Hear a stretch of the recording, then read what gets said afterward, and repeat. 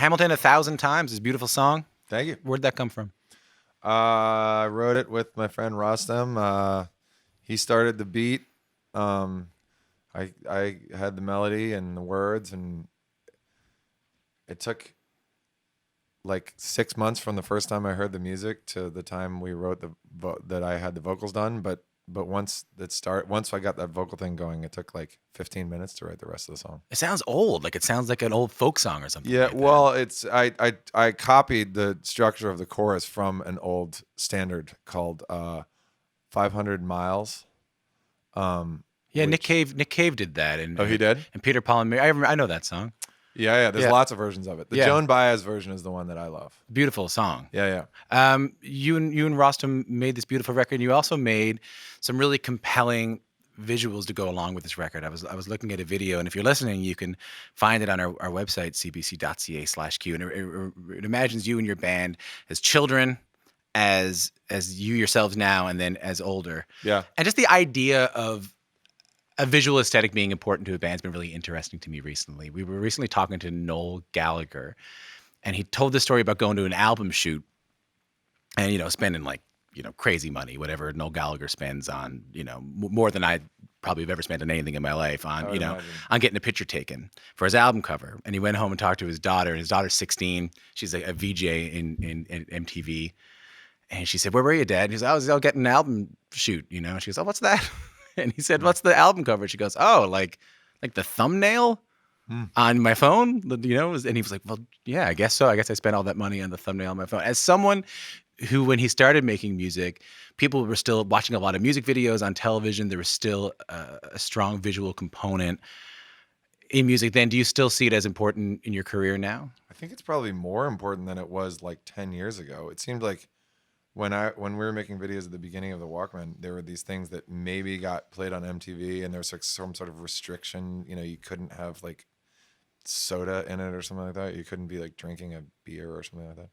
Like there were rules around what. Yeah, there was always like some sort of thing, and then you don't know why you're making it if somebody's not going to play it on the thing. And we weren't like video people, so we weren't like film. That wasn't our interest. So making the video was always sort of this strange promotional thing that seemed kind of irrelevant. But now that with the internet and YouTube, it seems like it's the first place people discover music always. Mm-hmm. So like, yeah, I guess it is a really important thing for a band, right? Because the video has like over 1 million views on YouTube. Yeah, people see that. Yeah. It really means a lot. Noel Gallagher's daughter? Wrong. Go home. I mean, yeah, I it's never been my forte making videos, but I don't know. Luckily, I've had some people who've had good ideas with me. But over the career with the Walkman and then with Rostam, who is part of Vampire Weekend, what's remarkable about listening to this, I Had a Dream That You Were Mine, is when I listen to it, I don't hear a lot of those older bands in there. I don't hear a lot of the previous bands that you were in or the bands that you're better known for playing with. You guys both come from this kind of very rich history. Like, was that something when you went in to make the record? Did you want to say, I don't want to sound like our old bands? Did that history, did that legacy impact the music that you were making? We never discussed it. I think we were probably both very aware that we didn't want to sound like either band, but it wasn't ever really a problem. The only thing I can remember is that we started with some electric guitars that sort of reminded us of the Walkman, and maybe we steered away from that. Maybe that was the reason, but it wasn't a problem because we stayed with acoustics, and that was where that's where we found the whole sound for our record. It's like it just wasn't as much. I could have imagined that being a big problem, but it wasn't. I feel like we found our own sound pretty quick. Was that Genesis based around I want to play something more acoustically? I want to play something that sounds a little bit more rootsy rather than the electric music that you guys are known for making? I had wanted to do an album with a lot more acoustic guitars for a long time. I tried a lot towards the end of the Walkman, and he apparently had too. I didn't know this, and so we were just lucky that we both wanted to do it. You got to treat a record differently when you make it acoustically. Yeah, you do, and you got to learn how to record the acoustic guitars. It's not easy. Yeah, you can't plug it in. No, you can't. You can't just turn it up. You got to put a good mic in front of it. Yeah. How does making an acoustic record versus making an electric record change the way you make a record? To be honest, what you really have to do is not put a good mic in front of it. What you really have to do is kind of like make it sound junkier than you think. Because a lot That of was people. the problem I was running into for so many years, is I was trying to make it sound too good.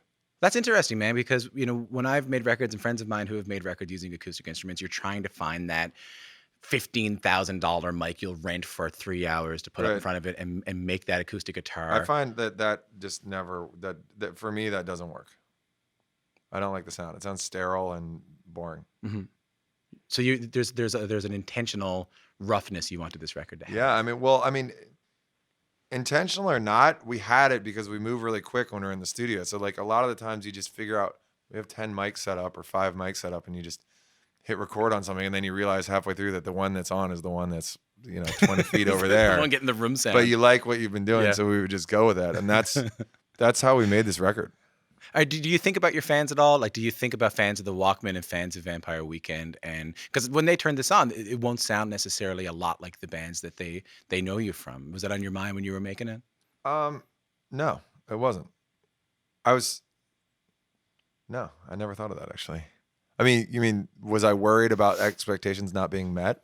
I guess so. I think when especially in a live scenario, when you get up on stage and people are coming and they're coming because of this new record, but they're also coming because they know your old stuff and they know Rostam stuff, though I know Rostam is not touring it. I mean, I would hope that it would have appealed to a new crowd, Yeah. and that we'd find our own way that's beyond both of those bands. I knew that both of those bands would bring attention to the record, but if it wasn't going to stand on its own merit, then I think people would have just bailed pretty quick. And these are two kind of leaders of these groups, for lack of a better word. You coming in as the lead singer of the Walkmen, Rostam coming in, some considering him to be the real musical visionary behind Vampire Weekend. I imagine, and you said you went in and tried to make it, but I imagine in some scenarios, those two kind of big personalities walking into a studio doesn't always work out. Why do you I can't believe that it did. I'm still surprised that it did. Really, I mean, why is finding it so someone that surprising? you're friends. I mean, I don't have that many friends that I'd want to work with, and I don't have that many people that I've worked with that I want to be friends with. And to find a new friend who is a new collaborator professionally is sort of seems like a miracle to me. I can't imagine it ever happening again. Why do you think this one worked? Just day one when we met, we hit it off. We started talking about Washington D.C. restaurants because that's where we're both from, and we just started talking about stupid little stuff that we both, could relate to, and we started working on music. And he had some stuff lying around, and I've spent so much time in my life singing on top of other people's musical ideas that I just sort of stepped right in, and we wrote a bunch of that song 1959 within like 2 hours of meeting each other. When I spoke with Katie Lang about making the record she made with Nico Case and Laura Veirs, she said the hardest thing for them coming in is three lead singers, three people who had always gotten their way, was having to check their egos at the door a little bit when they walked into the studio. Is that something you guys had to consider? I mean, when it's just two of you, you can butt heads because there's only one other person to focus your attention on. Yeah. But luckily, making this record, we hit it a really good spot because he really started as like the musical producer, I guess is the word, or like we started with a lot of songs where he would present a musical idea and I would present a singing idea, and they just sort of fit together nicely. So luckily, yeah, luckily it all fit together. Yeah. It's not to say it was like all smooth sailing, because that's not true. We had plenty of like disagreements over the 2 years that we made it, but I've had worse. But how do you resolve those disagreements in the moment? How do you not let that get in the way of the art that you're making? It's not easy. I mean, you can get heated when you care, and the other person cares, and you don't think they're right. You gotta figure out a third solution. It's just like anything else. It's just you gotta play your cards. I don't know. It's not easy. It's not easy. No, and when you're, I don't have a good solution. I don't know. But when you're like a solo artist, you don't have to do that. Right. You just call the That's shots. the trade-off. You can operate on your own schedule. You can do whatever you want, but then you don't have your friend there to bounce the ideas off of. Or yeah, I've listened to a lot of records that I thought, oh, this just needs a little tiny bit of editing. Someone needed to tell Right. this guy to keep one course, and I look and it's self-produced. You do need that one other person. Yeah. This is a rootsier record than I was expecting when I put it on. there's banjos on this. There's really beautiful kind of distorted like octave pedal banjos, or at least banjos that are tuned down. I think they were tuned down. Yeah. Beautiful sounding acoustic guitars in that they sound kind of rough and kind of crunchy.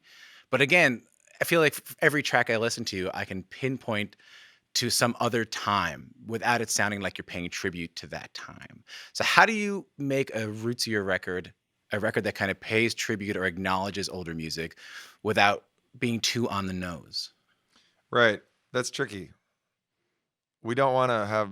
We're not trying to be authentic or adhere to some sort of like revival movement. Um, you just gotta. We just liked our songs, and we, we. I guess we have a similar aesthetic, even though we do like different stuff sometimes. But where we met, where the music that we were making, it felt like we could find something that we both liked enough to try and bring it into the present, like shooby doo wop, kind of.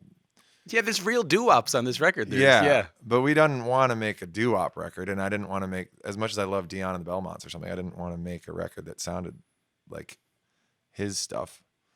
You just gotta, I don't know, combine it with the right things and try to make sure that the song that you're writing is worth finishing, and adding these like